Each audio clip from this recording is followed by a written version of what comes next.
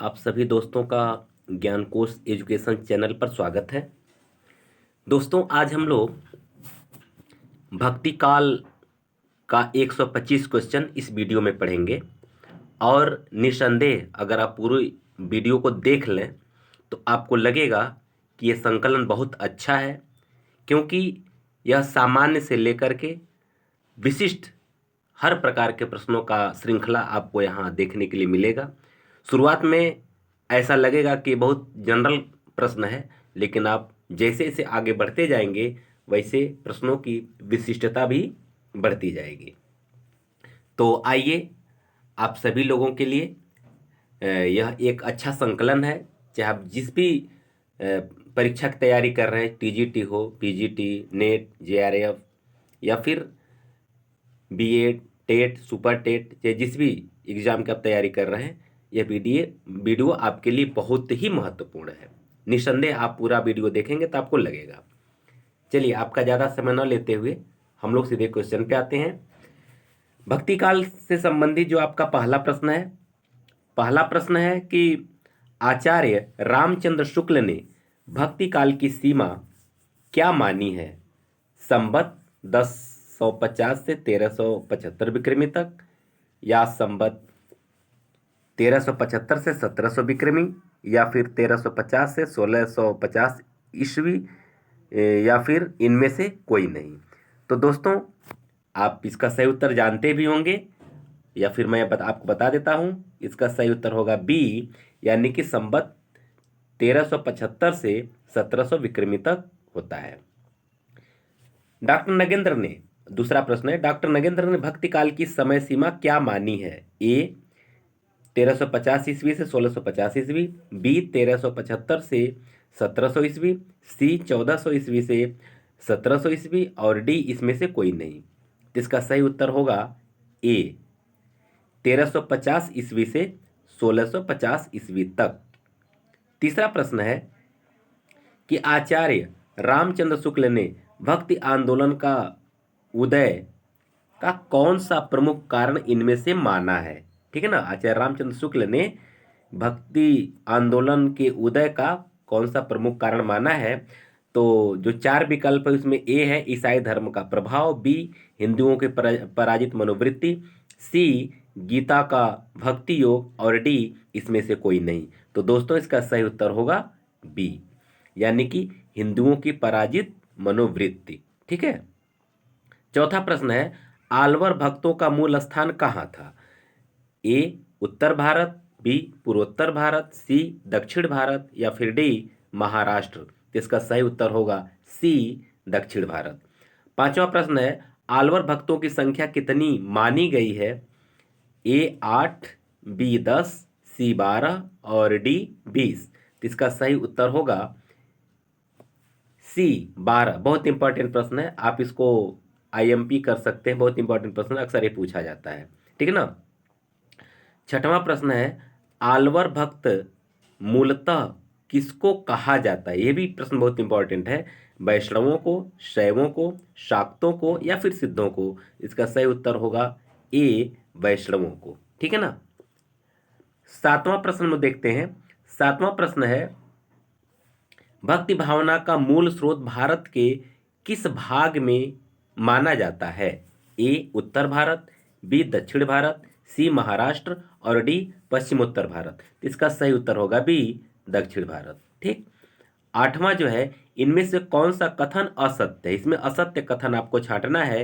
ए भक्ति आंदोलन हिंदुओं की पराजित मनोवृत्ति की उपज है, बी भक्ति आंदोलन तत्कालीन धार्मिक परिस्थितियों की उपज है, सी दक्षिण से आती हुई भक्ति की धारा को पनपने के लिए उपयुक्त परिस्थितियां उत्तर भारत में थीं, और डी भक्ति भावना ईसाइयों से हिंदुओं को प्राप्त हुई। इसमें से कौन सा कथन असत्य है? तो दोस्तों, इसका असत्य कथन है डी कि भक्ति भावना ईसाइयों से हिंदुओं को प्राप्त हुई। बाकी सब सही है। नवा प्रश्न है, अद्वैत वेदांत का प्रचार किसने किया? ए शंकराचार्य ने, बी महावीर स्वामी ने, सी वल्लभाचार्य ने, और डी महात्मा बुद्ध ने। तो किसने किया? इसका सही उत्तर होगा ए शंकराचार्य शंकराचार्य ने, ठीक है ना, शंकराचार्य इसका सही उत्तर होगा। आइए प्रश्न नंबर 10 हम लोग देखते हैं। प्रश्न नंबर 10 जो है इसमें से कौन से आलवर भक्त नहीं है? कौन आलवर भक्त इसमें नहीं है? ए है सरा योगी, क्वेश्चन नंबर 10 देखेंगे। ए है सरोयोगी, बी कुलशेखर, सी सरापा और डी मुनिवाहन। इसमें आलवर भक्त कौन नहीं है? तो सरापा आलवर भक्त नहीं है, यह जो है कि सिद्ध साहित्य से संबंधित है, ठीक है ना। चलिए अब हम लोग देखते हैं प्रश्न नंबर 11। प्रश्न नंबर 11 देखिए, दिव्य प्रबंधम, दिव्य प्रबंधम किसके पदों का संकलन है? ए आलवर भक्त, बी नयनमार भक्त, सी रामानंद और डी रामानुजाचार्य। तो दोस्तों इसका सही उत्तर होगा आलवर भक्त, ठीक है ना। बी है सॉरी 12वां है, आलवर भक्तों के पद किस भाग में हैं? आलवर भक्तों के पद किस भाग में? तेलुगु में भाग या भाषा होना चाहिए, क्योंकि ये भाग हमको लग रहा है कि यहाँ कुछ त्रुटि लग रहा है, क्योंकि यहाँ भाषाओं की बात दिया है, ठीक है ना। तो लग रहा है कि ये त्रुटि है थोड़ा सा, एक मतलब तकनीकी गलती वजह से ऐसा हो सकता है। तेलुगु, तमिल, हिंदी या फिर कन्नड़। इसका सही उत्तर होगा बी तमिल, ठीक है। 13वां प्रश्न है, कबीर काव्य में उपयुक्त कुंडलिनी योग्य के शब्द किसके प्रभाव से गृहीत है? माने कबीर काव्य में उपलब्ध कुंडलिनी योग के शब्द किसके प्रभाव से संग्रहित हैं? ए सिद्ध संप्रदाय, बी नाथ पंथ, सी बौद्ध धर्म और डी वेदांत योग। इसका सही उत्तर होगा बी नाथ पंथ, ठीक है ना। आइए 14वां हम लोग देखते हैं। 14वां प्रश्न है, इनमें से कौन संत कवि नहीं है? ठीक है ना, कबीरदास, गुरु नानक, सुंदरदास और ईश्वरदास। तो इसका सही उत्तर होगा डी ईश्वरदास जो है संत का कवि नहीं है। 15वां प्रश्न आपका है, कबीर के गुरु का क्या नाम था? रैदास, रामानुजाचार्य, रामानंद या फिर संत प्रेमानंद। इसका सही उत्तर होगा रामानंद, आप इसको जानते भी हैं। संत कवियों ने वैदिक परंपरा की आलोचना किसके प्रभाव से की है? संत कवि जो हैं वैदिक परंपराओं का आलोचना किसके प्रभाव से की है? तो ये पहला है यानी ए बौद्ध धर्म, बी जैन धर्म, सी नाथ पंथ और डी शाक्त संप्रदाय। तो इसका सही उत्तर होगा ए बौद्ध धर्म। बौद्ध धर्म के प्रभाव से जो है कि इसके द्वारा जो है कि वैदिक परंपराओं का आलोचना उन्होंने किया है संत कवियों ने। 17वां प्रश्न है, कबीर का जन्म कब माना जाता है? ए 1300 ईस्वी, बी 1350, सी 1455 और डी 1398। तो सही उत्तर होगा डी 1398, ठीक है। 18वां प्रश्न देखिए, विशिष्टाद्वैतवाद, बहुत इंपॉर्टेंट प्रश्न है। विशिष्टाद्वैतवाद के प्रतिपादक आचार्य कौन है? शंकराचार्य, रामानंद, रामानुजाचार्य या फिर वल्लभाचार्य। तो इसका सही उत्तर होगा सी रामानुजाचार्य। 19वां प्रश्न है, श्री संप्रदाय के प्रवर्तक आचार्य का नाम बताइए।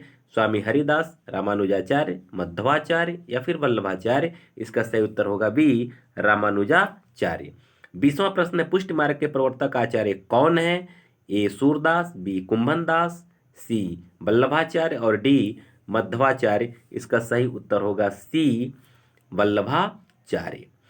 21वां प्रश्न देखिए, सखी संप्रदाय के प्रवर्तक कौन थे? मध्वाचार्य, स्वामी हरिदास, स्वामी विष्णु स्वामी और निम्बारकाचार्य, ठीक है ना। इसका सही उत्तर होगा बी स्वामी हरिदास। प्रश्न नंबर 22 देखा जाए। प्रश्न नंबर 22 जो है, शुद्धा द्वैतवाद सिद्धांत के प्रतिपादक आचार्य कौन थे? शुद्धाद्वैतवाद हमको जानना है। मध्वाचार्य, निम्बारकाचार्य, वल्लभाचार्य या फिर रामानंद। इसका सही उत्तर होगा दोस्तों सी वल्लभाचार्य। प्रश्न नंबर 23 देखिए, द्वैतवाद के प्रवर्तक आचार्य कौन थे? रामानुजाचार्य, मध्वाचार्य, विष्णु स्वामी या फिर रामानंद। इसका सही उत्तर होगा दोस्तों बी मध्वाचार्य। अब क्वेश्चन नंबर हम लोग 24 देखते हैं। 24वां जो प्रश्न है, नृसिंह को ईश्वर का प्रमुख अवतार मानने वाले आचार्य कौन थे? बहुत इंपॉर्टेंट प्रश्न है 24वां प्रश्न। देखिए, रामानुजाचार्य, विष्णु स्वामी, निम्बारकाचार्य और नामदेव। इसका सही उत्तर होगा बी विष्णु स्वामी।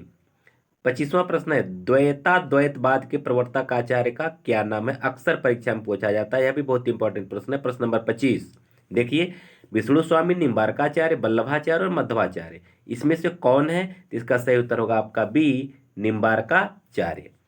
26वां प्रश्न है संत कवियों के दार्शनिक सिद्धांतों का मूल आधार क्या है? ए शुद्धाद्वैतवाद, बी अद्वैत वेदांत, सी नाथ पंथ और डी बौद्ध संप्रदाय। इसका सही उत्तर होगा बी अद्वैत वेदांत। 27वां प्रश्न है इनमें से कौन सा शब्द संत काव्य से संबंधित नहीं है? ए कुंडलिनी योग्य, बी सहज समाधि, सी नाद बिंदु और डी मारिफत। इसका सही उत्तर होगा डी मारिफत। ठीक है, प्रश्न नंबर 28 हम लोग देखते हैं। 28वें नंबर का जो प्रश्न है, इनमें से कौन सी प्रवृत्ति संत काव्य की नहीं है? ठीक है ना, आपको ये बताना है कि कौन सी प्रवृत्ति जो है संत काव्य की नहीं है, क्योंकि 3 है और एक नहीं है, तो क्या है? देखिए, ए गुरु की महत्ता, बी रहस्यवादी भावना, सी बाह्य आडंबरों का खंडन और डी वर्ण व्यवस्था का समर्थन। इसका सही उत्तर होगा डी वर्ण व्यवस्था का समर्थन, यह जो कि संत काव्य के अंतर्गत नहीं आता है। 29वां प्रश्न है वल्लभाचार्य के पुत्र का क्या नाम था? बहुत महत्वपूर्ण प्रश्न है, अक्सर पूछा जाता है। ए संत हरिदास, बी गोसाई मलूकनाथ, सी स्वामी विठलनाथ, डी नंददास। इसका सही उत्तर होगा सी स्वामी विठलनाथ। तीसरा है बंगला भाषा में रचित राम कथा का क्या नाम है? बहुत अच्छा प्रश्न है, बहुत इंपॉर्टेंट प्रश्न है। 30वां प्रश्न जो है 30वें नंबर का जो प्रश्न है, ए कृतवासी रामायण, बी आध्यात्म रामायण, सी रंग रामायण और डी भास्कर रामायण। इसका सही उत्तर होगा ए कृतवासी रामायण। 31वां प्रश्न हम लोग देखते हैं। 31वां प्रश्न है तत्वदीप निबंध के लेखक कौन है? तत्वदीप निबंध के लेखक कौन है? प्रश्न नंबर 31, गोस्वामी विठलनाथ, वल्लभाचार्य, कृष्णदास और मध्वाचार्य। इसका सही उत्तर होगा बी वल्लभाचार्य। 32वें नंबर का प्रश्न देखिए, बीजक में किस कवि की रचनाएं संकलित हैं? आप इसको जानते हैं, बहुत साधारण सा प्रश्न है। सूरदास, मलुकदास, कबीरदास और रामानंद। सही उत्तर होगा सी कबीरदास।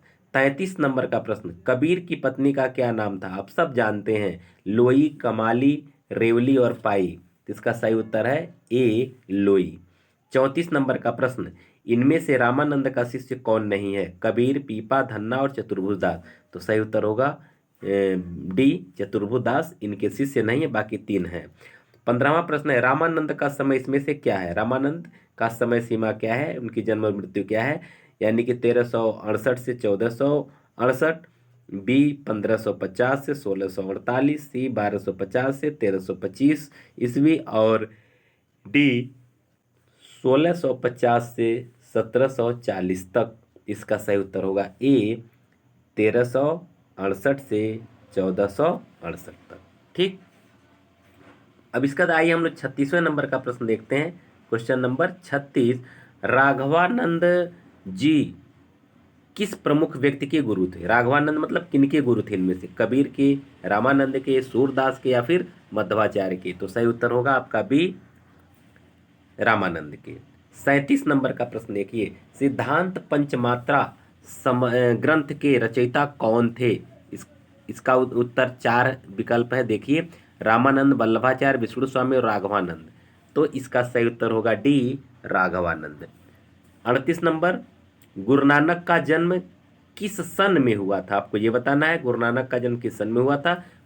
1520 ईस्वी, 1450 ईस्वी, 1669 ईस्वी और 1505 ईस्वी। तो सही उत्तर होगा सी 1469 ईस्वी। इनमें से कौन संत नहीं है? आपको ये बताना है इनमें से कौन संत नहीं है। प्रश्न नंबर 39, तो इसमें हरिदास, निरंजनी, दादू दयाल, मीराबाई और सुंदरदास। इसमें से आपको बताना कौन संत नहीं है। इसका सही उत्तर होगा सी मीराबाई संत नहीं है। आप ये ध्यान दीजिएगा, संत और भक्त में अंतर होता है। तो मीराबाई भक्त कवि हैं, संत कवि नहीं है। और भक्त कवि जो है सगुण काव्य परंपरा के कवियों को कहा जाता है, जबकि निर्गुण काव्य परंपरा के कवियों को संत कवि कहा जाता है। ठीक है, 40 नंबर का प्रश्न देखिए, हरडेवाड़ी के रचयिता कौन है? गुरु नानक, दादू दयाल, मलूक दास या फिर रैदास? तो इसका सही उत्तर होगा बी, दादू दयाल। दादू दयाल जो है हरडेवाड़ी के रचयिता हैं। 41वां प्रश्न देखिए, समाधि योग ग्रंथ किस संत कवि की रचना है? रैदास का या फिर हरिदास निरंजनी का, मलुकदास का या फिर दादू का? तो इसका सही उत्तर होगा बी, हरिदास निरंजनी का। ठीक है। 42वें नंबर का प्रश्न आइए हम लोग देखते हैं, सुंदर ग्रंथावली संकलन किसने किया है? सुंदर ग्रंथावली का संकलन किसने किया है? बाबू श्याम सुंदर दास, रामचंद्र शुक्ल, पुरोहित हरि नारायण शर्मा और डी है गोविंद रजनीश। इसका सही उत्तर होगा सी, पुरोहित हरि नारायण शर्मा। ये जो कि सुंदर ग्रंथावली का संकलन किए हैं। 43वें नंबर का प्रश्न, सुखमनी के रचयिता कौन है? गुरु नानक, गुरु अंगद, गुरु अर्जुन देव या फिर गुरु अमरदास? इसका सही उत्तर होगा सी, गुरु अर्जुन देव। ये सुखमनी के रचयिता हैं। गुरु अर्जुन देव, 44 नंबर प्रश्न देखिए, गुरु अर्जुन देव के कितने पद गुरु ग्रंथ साहब में संकलित है? बहुत इंपॉर्टेंट प्रश्न है। 44वें नंबर का प्रश्न जो है, इसको ट्रिक लगा लीजिए, बहुत इंपॉर्टेंट है, अक्सर पूछा जाता है और जल्दी ये मिलता भी नहीं है, इसको ध्यान दीजिएगा। तो ए है 500, बी 1000, सी 6000 और डी 5000। तो इसका सही उत्तर होगा सी, यानी 6000 पद जो है गुरु ग्रंथ साहब में संकलित हैं। किनके? गुरु अर्जुन देव के। 45वें नंबर का प्रश्न देखिए, असादीवार, सोहिला, रहिरास किस कवि की रचनाएं हैं? गुरु नानक की, गुरु अंगद की, गुरु अर्जुन देव की या फिर दादू दयाल की? तो सही उत्तर होगा ए, गुरु नानक देव की। 46 नंबर का प्रश्न, इन सिख गुरुओं में सबसे अच्छे कवि कौन थे? गुरु नानक, गुरु अर्जुन देव, गुरु अंगद या फिर गुरु रामदास? यानी सिख गुरुओं में सबसे अच्छे कवि कौन थे? तो इसका सही उत्तर होगा बी, गुरु अर्जुन देव। सुखमनी, बावनी, अखरी, बारहमासा किस कवि की रचनाएं हैं? सुखमनी, बावन अखरी और बारहमासा किस कवि की रचनाएं हैं? ये आपको बताना है। ए है गुरु अंगद, गुरु नानक, गुरु अर्जुन देव और बाबा लाल दास। तो सही उत्तर होगा सी, गुरु अर्जुन देव। 48 नंबर का जो प्रश्न है, काहे रे नलिनी तू कुम्हिलानी, यह पंक्ति किसकी? अक्सर ये पूछा जाता है 48 नंबर का प्रश्न, इसको हमेशा आप याद रखिए। काहे री नलिनी तू कुम्हिलानी, यह पंक्ति जो है किसका है? गुरु नानक का है, कबीरदास का है, हरिदास निरंजनी का है, फिर दादू दयाल का है? तो सही उत्तर होगा बी, कबीरदास का। 49 नंबर का प्रश्न आइए हम लोग देखते हैं, ढाई आखर प्रेम के पढ़े सो पंडित होय, यह पंक्ति किस कवि की है? जायसी की, कुतबन की, कबीर की या फिर ईश्वर दास की? आप इसको जानते भी हैं, ढाई आखर प्रेम का पढ़े सो पंडित होय, यह कबीर की रचना है, सी नंबर। अजगर करे न चाकरी, पंछी करे न काम, यह पंक्ति किसकी है? दादू की, सुंदर दास की, मलुक दास की या फिर कबीर दास की? इसका उत्तर होगा सी, मलुक दास की। 91 नंबर का प्रश्न जो है, आचार्य रामचंद्र शुक्ल ने कबीर की भाषा को क्या नाम दिया है? पूर्वी भाषा, भोजपुरी भाषा, सदुक्कड़ी भाषा या फिर ब्रज भाषा? तो सही उत्तर होगा सी, सदुक्कड़ी भाषा। 52, कबीर को वाणी का डिक्टेटर किस समीक्षक ने कहा है? आचार्य रामचंद्र शुक्ल ने, हजारी प्रसाद द्विवेदी ने, पीताम्बर बड़थवाल ने, फिर श्याम सुंदर दास ने? सही उत्तर होगा बी, आचार्य हजारी प्रसाद द्विवेदी ने। ठीक है ना। 53 नंबर का जो प्रश्न है, इसको देखा जाए, साखी शबद रमैनी किसकी रचनाएं हैं? दादू की, कबीर की, सुंदरदास की या फिर गुरु नानक की? तो सही उत्तर होगा बी, कबीर की। साखी का मूल शब्द क्या है? शिक्षा, सखी, साक्षी या इनमें से कोई नहीं? इसका सही उत्तर होगा सी, साक्षी। साखी शब्द का मूल तत्सम जो है वह क्या है? साक्षी है। संत काव्य में किस रस की प्रधानता है? 55 नंबर का प्रश्न, संत काव्य में किस रस की प्रधानता है? श्रृंगार, शांत, करुण या फिर वीर? तो सही उत्तर होगा सी, क्योंकि संत काव्य में भक्ति परक रचनाएं की गई और भक्ति परक रचनाएं हमेशा शांत रस में ही होती हैं। कबीर की उलटवासियां में कौन सा रस प्रमुख है? वियोग श्रृंगार, अद्भुत रस, शांत रस या फिर करुण रस। इसका सही उत्तर होगा बी, अद्भुत रस। 97 नंबर का प्रश्न जो है, अवधु गगन मंडल घर कीजिए, यह पंक्ति किस कवि की है? गुरु नानक की है या फिर गोरखनाथ की है, कबीर की या फिर रैदास की है? इसका सही उत्तर होगा सी, कबीरदास की है। ठीक है। 58 नंबर का हम लोग प्रश्न देख लेते हैं। 58 नंबर का जो प्रश्न है, प्रभु जी तुम चंदन हम पानी, यह पंक्ति किस कवि की? बहुत इंपॉर्टेंट है, आप इसको हमेशा याद रखिए। प्रभु जी तुम चंदन हम पानी, यह पंक्ति किसकी है? मीरा की, रैदास की, मलुकदास की या फिर कबीर की? सही उत्तर होगा बी, रैदास की। दुल्हन गावो मंगल चार, यह बहुत इंपॉर्टेंट प्रश्न है। यह भी किसकी यह पंक्ति है? यह कबीर की है, रैदास की है, सुंदरदास की या फिर दादू दयाल की है? तो इसका सही उत्तर होगा ए, कबीरदास की। 60 नंबर का प्रश्न देखिए, पानी ही तय हिम भया, हिम हो गया विला, यह पंक्ति किस कवि की? बहुत इंपॉर्टेंट है। ये रैदास की है, मलुकदास की है, नानक की है, फिर कबीर की? सही उत्तर होगा बी, डी, कबीर की या कबीर की पंक्ति है, डी नंबर। गुरु नानक का जन्म कहाँ हुआ था? अमृतसर, तलवंडी, पटना या फिर लुधियाना? इसमें से सही उत्तर होगा आपका बी, तलवंडी नामक स्थान पे गुरु नानक का जन्म हुआ था। अब आइए हम लोग 62 नंबर का हम लोग क्वेश्चन देखते हैं। 62 नंबर का जो क्वेश्चन है, श्रृंगार रस के घोर विरोधी संत कौन थे? बहुत इंपॉर्टेंट प्रश्न है, इसको हमेशा याद रखिए। मलुकदास, कबीरदास, सुंदरदास या फिर रैदास? इसका सही उत्तर होगा सी, सुंदरदास। 63 नंबर का प्रश्न, सुंदर विलास के रचयिता कौन थे? रैदास, सुंदरदास, मलुकदास या फिर दादू? तो इसका सही उत्तर होगा बी, कि सुंदर विलास के रचयिता सुंदरदास थे। 64 नंबर का प्रश्न, इन संत कवियों में सर्वाधिक शिक्षित कौन थे? सुंदरदास, कबीरदास, रैदास या फिर दादू दयाल? इसका सही उत्तर होगा ए, सुंदरदास। ठीक है ना। 65 नंबर का जो प्रश्न है, इसको देखा जाए। 65 नंबर का प्रश्न है कि सगुणोपासक भक्त भगवान के सगुण और निर्गुण दोनों रूप मानता है, पर भक्ति के लिए सगुण रूप को ही स्वीकार करता है, निर्गुण रूप ज्ञान मार्गियों के लिए छोड़ देता है। यह कथन किस आलोचक का है? आचार्य हजारी प्रसाद द्विवेदी का, आचार्य रामचंद्र शुक्ल का, पीताम्बर बड़थवाल का या फिर गणपति चंद्र गुप्त का? जिसका सही उत्तर होगा बी, आचार्य रामचंद्र शुक्ल का। उपयुक्त कथन जो है आचार्य रामचंद्र शुक्ल का है।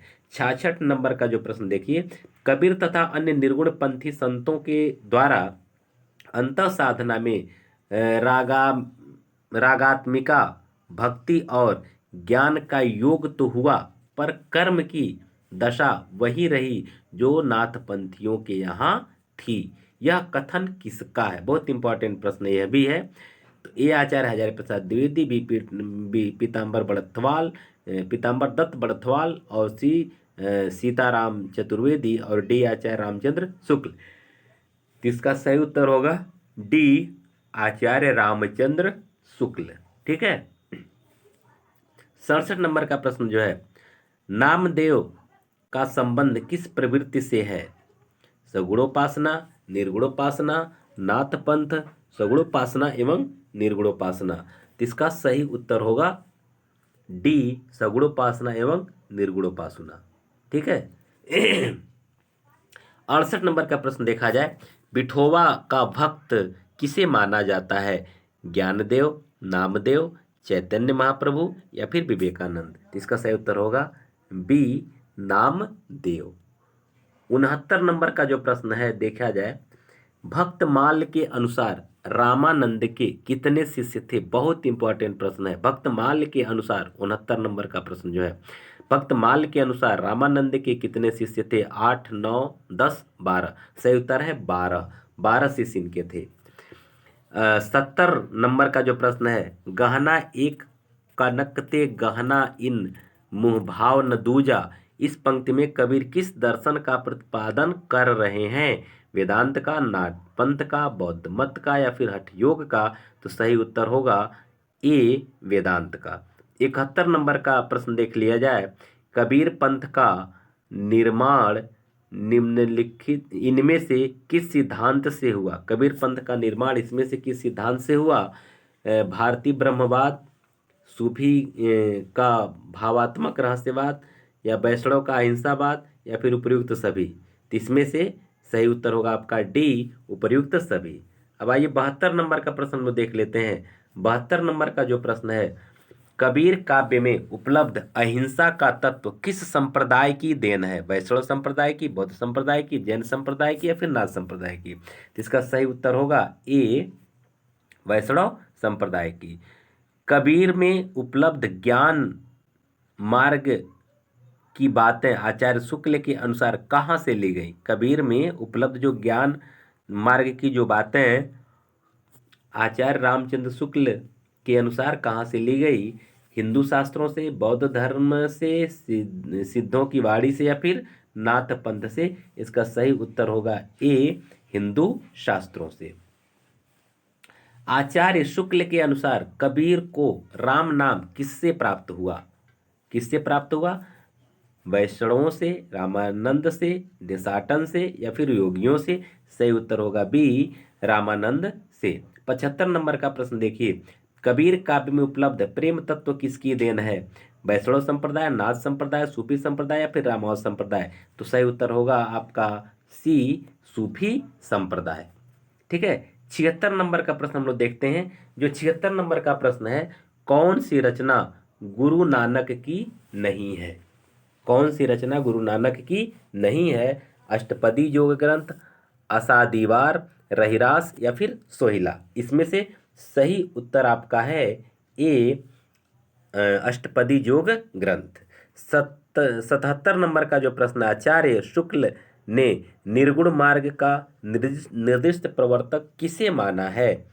ए, रामानंद, बी, नामदेव, सी, कबीर, और डी, ज्ञानदेव? तो सही उत्तर होगा आपका सी, कबीर। 78 नंबर देखिए, इनमें से संत काव्य की प्रवृत्ति कौन सी नहीं है? ये आपको बताना है, संत काव्य की प्रवृत्ति कौन सी नहीं है। वाह्याडंबरों का खंडन, जात पात का खंडन, आचरण की शुद्धता पर बल, और सगुणोपासना? तो सही उत्तर होगा डी, सगुणोपासना जो है कि ये संत काव्य की प्रवृत्ति नहीं है, क्योंकि ये जो है कि जो सगुण भक्ति शाखा के अंतर्गत, जो भक्ति के अंतर्गत आते हैं, मतलब जो सगुण शाखा के जो कवि आते हैं उनके अंतर्गत आता है। ठीक है। आगे 79 नंबर का जो प्रश्न है, इसको हम लोग देख लेते हैं। 79 नंबर का जो प्रश्न है, माया महा ठगिनी हम जानी पंक्ति किस कवि की है? तुलसी की, जायसी की, कबीर की, या फिर रैदास की? तो सही उत्तर होगा सी, कबीर की। 80 नंबर का प्रश्न, हिंदी का कौन सा कवि समाज सुधारक पहले है, भक्त और कवि बाद में है? ये कौन है? कबीर हैं, जायसी हैं, तुलसी हैं, या फिर गुरु नानक हैं? तो सही उत्तर होगा ए, कबीर। 81 नंबर का प्रश्न देखिए, इनमें से सूफी काव्य का दूसरा नाम क्या है? प्रेम मार्गी शाखा, प्रेमाख्यानक काव्य, प्रेमाश्रयी शाखा, या फिर ये सभी? तो इसका सही उत्तर होगा डी, ये सभी। ऋग्वेद में कौन सा आख्यानक उपलब्ध होता है? ऋग्वेद में कौन सा आख्यानक उपलब्ध होता है? नल दमयंती, उषा अनिरुद्ध, पुरुरवा, उर्वशी, या फिर सिरी फरहाद का? तो किसका होता है? सही उत्तर होगा सी, पुरुरवा, उर्वशी का। 83 नंबर का जो प्रश्न है, किस अवतार का चरित्र स्वच्छंदवादी परंपरा पर आधारित है? राम, कृष्ण, नृसिंह, या फिर वामन? तो सही उत्तर होगा बी, कृष्ण। 84 नंबर का जो प्रश्न है उसको देख लिया जाए। 84 नंबर का प्रश्न जो है, नल दमयंती आख्यान किस ग्रंथ में? ऋग्वेद में, महाभारत में, विष्णु पुराण में, या फिर रामायण में? तो सही उत्तर होगा बी, महाभारत में। 85 नंबर का प्रश्न है, रुक्मिणी, कृष्ण रुक्मिणी का प्रेमाख्यानक किस पुराण ग्रंथ में है? विष्णु पुराण में, हरिवंश पुराण में, गरुड़ पुराण में, या फिर शिव पुराण में? सही उत्तर होगा बी, हरिवंश पुराण में। ठीक है। आइए अब इसके बाद हम लोग 86 नंबर का प्रश्न देख लेते हैं। जो 86 नंबर का जो प्रश्न है वह देखिए, बृहत कथा के नायक का क्या नाम था? बृहत कथा के नायक का क्या नाम था? उदयन, विशाखदत्त, नरवाहन, या फिर राजा नल? तो सही उत्तर होगा सी, नरवाहन। 87 नंबर, सूफी प्रेमाख्यानों में कौन सी विशेषता प्राय होती है? ए, नायिका के नाम के अंत में वती होता है, बी, नायिका किसी द्वीप की निवासिनी होती है, सी, स्वप्न दर्शन, चित्र दर्शन, या गुण कथन से नायक नायिका में प्रेम होता है, और डी, उपर्युक्त सभी? तो सही उत्तर होगा डी, उपर्युक्त सभी।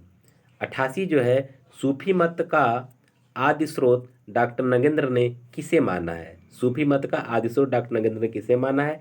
ए शामी जातियों की आदिम प्रवृत्ति से, या बी इस्लाम धर्म से, या फिर सी मसीह धर्म से। ठीक है ना, ये जानना आपको जरूरी है। फिर डी वैष्णव धर्म से। इसका सही उत्तर होगा आपका शामी जातियों से। इसका सही उत्तर होगा आपका ए। ठीक है ना। 88 नंबर का जो प्रश्न है, सूफी मत का आदि स्रोत डॉक्टर नगेंद्र ने किसे माना है? तो सामी जातियों के आदिम प्रवृत्ति से माना है। ठीक है। 89 नंबर का जो प्रश्न है, अवधी भाषा का प्रथम महाकाव्य कौन सा है? रामचरितमानस, पद्मावत, कृष्णायन, या फिर इनमें से कोई नहीं। तो इसका सही उत्तर होगा बी पद्मावत। 90, सूफी शब्द की व्युत्पत्ति किस शब्द से अधिकांशतः लोग मानते हैं? किससे मानते हैं? सूफ से, सोफिया से, सफा से, या सुफा से। ठीक है ना। तो सूफ से मानते हैं अधिकांश लोग जो है, सूफी शब्द की व्युत्पत्ति सूफ से मानते हैं। 91 नंबर का देखिए, सूफी काव्य का सूफी काव्य का प्रमुख तत्व इनमें से क्या है? ज्ञान है, प्रेम है, फना है, या फिर रूह है? तो सही उत्तर होगा आपका बी प्रेम। 92 नंबर, सूफी साधना में ईश्वर की कल्पना किस रूप में की गई है? पति रूप में, पत्नी रूप में, मित्र रूप में, या फिर कोई नहीं? इसका सही उत्तर होगा बी पत्नी रूप में। 93 नंबर, इनमें से कौन सी दशा हाल की दशा में गिनी जाती है? कौन सी दशा हाल की दशा में गिनी जाती है? शरीयत, नासूत, तरीकत और हकीकत। तो सही उत्तर होगा बी नासूत। 94 नंबर देखिए, इनमें से सूफी साधना के मुकाम पर कौन शामिल नहीं है? ए मलकत, बी शरीयत, सी मारिफत, डी हकीकत। तो ए होगा इसका उत्तर मलकत। 95 नंबर का जो प्रश्न है ये देखा जाए। 95 नंबर का जो प्रश्न है, डॉक्टर नगेंद्र ने प्रेमाख्यानक काव्य परंपरा का पहला ग्रंथ किसे माना है? किसे माना है? चंदायन को, हंसावली को, मृगावती को, या फिर पद्मावत को? तो ये माने हैं हंसावली को डॉक्टर नगेंद्र। 96 नंबर का जो प्रश्न है, आचार्य रामचंद्र शुक्ल ने किस काव्य ग्रंथ को प्रेमाख्यानक काव्य परंपरा का पहला ग्रंथ माना है? चंदायन, मृगावती, सत्यवती कथा, मधुमालती। तो इसका सही उत्तर होगा बी मृगावती। 97 नंबर का जो प्रश्न है, ईश्वर दासकृत सत्यवती कथा को किस आलोचक ने हिंदी प्रेमाख्यानक काव्य परंपरा का पहला ग्रंथ माना है? तो ए है आचार्य रामचंद्र शुक्ल, बी मिश्र बंधु, सी डॉक्टर नगेंद्र, और डी हजारी प्रसाद। सही उत्तर होगा डी आचार्य हजारी प्रसाद। 98 नंबर का जो प्रश्न है, देखिए, चंदायन के रचयिता का नाम कासिम शाह है, मुल्ला दाऊद है, शेख नबी, या फिर कुतुबुन है? तो सही उत्तर होगा बी मुल्ला दाऊद है। चंदायन के रचयिता कौन है? मुल्ला दाऊद है। 99 नंबर, मधुमालती के रचयिता का नाम बताइए। कुतुबन, मंझन, जायसी, या फिर उस्मान? इसका सही उत्तर होगा बी मंझन। आइए 100 नंबर का प्रश्न देख लेते हैं। 100वें नंबर का प्रश्न, शेख नबी की कौन सी रचना इनमें है? शेख नबी की कौन सी रचना है? ज्ञानदीप है, हंस जवाहिर है, ढोला मारूरा दुहा, या फिर इंद्रावती है? तो सही उत्तर होगा ए ज्ञानदीप। 101 नंबर, माधवानंद कामकंदला नामक रचना किस कवि की है? जायसी की, गणपत की, उस्मान की, या फिर दामोदर कवि की? तो सही उत्तर होगा बी गणपत की। जान कवि के लिखे गए प्रेमाख्यान ग्रंथों की संख्या कितनी है? 78 है, 29 है, 50 है, फिर 40 है? तो उत्तर होगा बी 29 है। रूप मंजरी के रचयिता कौन है? सूरदास, नंददास, कृष्णदास और नारायण दास? तो इसका सही उत्तर होगा बी नंददास। 104, छिताई वार्ता किस कवि की रचना है? गणपति, उस्मान, नारायण दास, या फिर नूर मोहम्मद? तो सही उत्तर होगा सी नारायण दास। ठीक। 105 नंबर का प्रश्न देखते हैं, गणपति गणपति रचित माधवानल कामकंदला किस भाषा में रचित है? ये किस भाषा में है? ब्रजभाषा में, अवधी में, राजस्थानी में, या खड़ी खड़ी बोली में? सही होगा सी राजस्थानी में। ढोला मारूरा दुहा, 106 नंबर का प्रश्न, ढोला मारूरा दुहा किस भाषा में रचित प्रेमाख्यान काव्य है? अवधी में, हिंदी खड़ी बोली में, राजस्थानी में, या फिर ब्रज भाषा में? सही उत्तर होगा सी राजस्थानी में। 107, मधुमालती का नायक कौन है? रत्नसेन, मनोहर, माधव, या फिर ऋतुपर्ण? तो सही उत्तर होगा बी मनोहर। 108 नंबर देखिए, किस प्रेमाख्यानक काव्य का नायक राजकुमार ऋतुपर्ण है? सत्यवती कथा, मधुमालती का, या फिर मृगावती का, या फिर चित्रावली का? तो सही उत्तर होगा ए, सत्यवती कथा का। ठीक है ना। 109 नंबर का प्रश्न देखा जाए। 109 नंबर है कि उस्मानकृत चित्रावली का नायक कौन है? तो माधव है, कृष्ण है, या फिर सुजान है, फिर लक्ष्मण सेन है? तो सही उत्तर होगा सी, सुजान। 110 नंबर, ज्ञानदीप नामक प्रेमाख्यानक काव्य की नायिका कौन है? ज्ञानदीप प्रेमाख्यानक काव्य की नायिका कौन है? पद्मावती है, देवयानी है, सत्यवती, या फिर इंद्रावती है? तो सही उत्तर है बी, देवयानी। 111 नंबर देखिए, लैला मजनू की कथानक को हिंदी प्रेमाख्यान का परंपरा में प्रस्तुत करने का श्रेय किस कवि को है? ईश्वरदास का, जान कवि का, उस्मान का, या फिर आलम का? तो सही उत्तर होगा बी, जान कवि का। 112 नंबर, पद्मावत किस भाषा में लिखा गया है? बहुत इंपॉर्टेंट प्रश्न है। पद्मावत किस भाषा में लिखा गया है? अवधी में, ब्रज में, खड़ी बोली हिंदी में, फिर राजस्थानी में? सही उत्तर होगा ए, अवधी में। 113 नंबर का प्रश्न आइए हम लोग देख लेते हैं। 113 नंबर का जो प्रश्न है, जायसी ने पद्मावत जब लिखा तब दिल्ली पर किस राजा का शासन था? अकबर का, हुमायूं का, शेरशाह का, या फिर जहांगीर का? तो सही उत्तर होगा आपका सी, शेर शाह का। आइए हम लोग 114 नंबर का प्रश्न देखते हैं। 114 नंबर का प्रश्न है, तन चितौर मन राजा कीन्हा पंक्ति किस काव्य ग्रंथ की है? मृगावती की है, पद्मावत की है, मधुमालती की, फिर चित्रावली की है? सही उत्तर होगा बी, मधुमालती की। 115 नंबर देखिए, माधवानंद कामकंदला पर प्रेमाख्यानक किस कवि ने लिखा है? गणपति ने, आलम ने, कुशलाभ ने, या उपर्युक्त सभी ने? सही उत्तर होगा डी, उपर्युक्त सभी ने, क्योंकि सभी लोग जो है माधवानल कामकंदला पर निबंध वो सारी प्रेमाख्यान काव्य लिखे हैं। 116 नंबर, रत्नसेन कथा के आधार पर हिंदी में कौन सा ग्रंथ लिखा गया है? तो कौन सा ग्रंथ लिखा गया है? मृगावती, पद्मावत, मधुमालती, या फिर रूपमंजरी? तो सही उत्तर होगा बी, पद्मावत। ठीक है ना। 117 नंबर का प्रश्न आइए हम लोग देखते हैं। 117 नंबर है, हिंदी का कौन सा प्रेमाख्यान कवि एक आंख वाला यानी कि काना था? बहुत इंपॉर्टेंट प्रश्न है ये, अक्सर पूछा जाता है। हिंदी का कौन सा प्रेमाख्यान कवि एक आंख वाला था यानी कि काना था? ईश्वरदास, शेख नबी, कुतुबन, या फिर जायसी? तो इसका सही उत्तर होगा डी, जायसी। औ मैं जान 118 नंबर देखिए, औ मैं जान कबित अस्कीन्हा मकुयह रहे जगत में चिन्हा, यह पंक्ति किस कवि की है? तुलसी की, जायसी की, कुतुबन की, या मंजन की? सही उत्तर होगा ये बी, जायसी की, क्योंकि पद्मावत में ये लिखे हैं। 119 नंबर का प्रश्न देख लिया जाए, किस काव्य ग्रंथ में रूपकत्व का निर्वाह माना गया है? पद्मावत में, मृगावती में, हंसावली में, या फिर मधुमालती में? सही उत्तर होगा ए, पद्मावत में। 120 नंबर का प्रश्न हम लोग इसमें देखते हैं। 120 नंबर, इनमें से कौन सी विशेषता सूफी काव्यों की नहीं है? रसवादी भावना, हिंदू संस्कृति का चित्रण, लौकिक प्रेम के माध्यम से अलौकिक प्रेम की चित्रण, या ब्रज भाषा का प्रयोग? इसका सही उत्तर होगा डी, ब्रज भाषा का प्रयोग।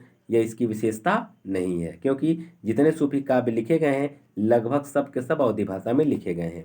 121 नंबर देखिए, किस जैन कवि ने अपने आत्मचरित में मधुमालती एवं मृगावती का उल्लेख किया? स्वयंभू ने, बनारसी दास ने, जोहिंदू ने, या मुनि शालिभद्र ने? तो इसका सही उत्तर होगा बी, बनारसी दास ने। 122 नंबर देखिए, जायसी के गुरु का क्या नाम था? बहुत महत्वपूर्ण प्रश्न है। जायसी गुरु का क्या नाम था? मुनिदुन चिश्ती, नूर मोहम्मद, शेख मोहिदी, या फिर इसमें से कोई नहीं? सही उत्तर होगा सी, शेख मोहिदी।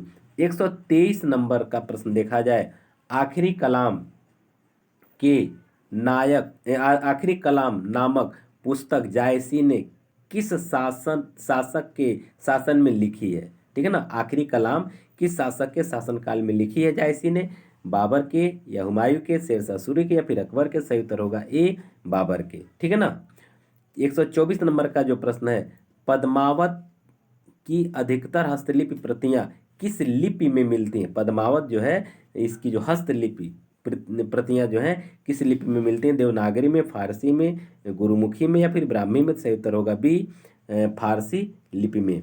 और अंतिम प्रश्न इस वीडियो का 125 नंबर का प्रश्न जो है बहुत इंपॉर्टेंट प्रश्न ये भी है, मोहिका हंसे की कोहरई, यह अक्सर टीजीटी पीटी में पूछा भी जाता है।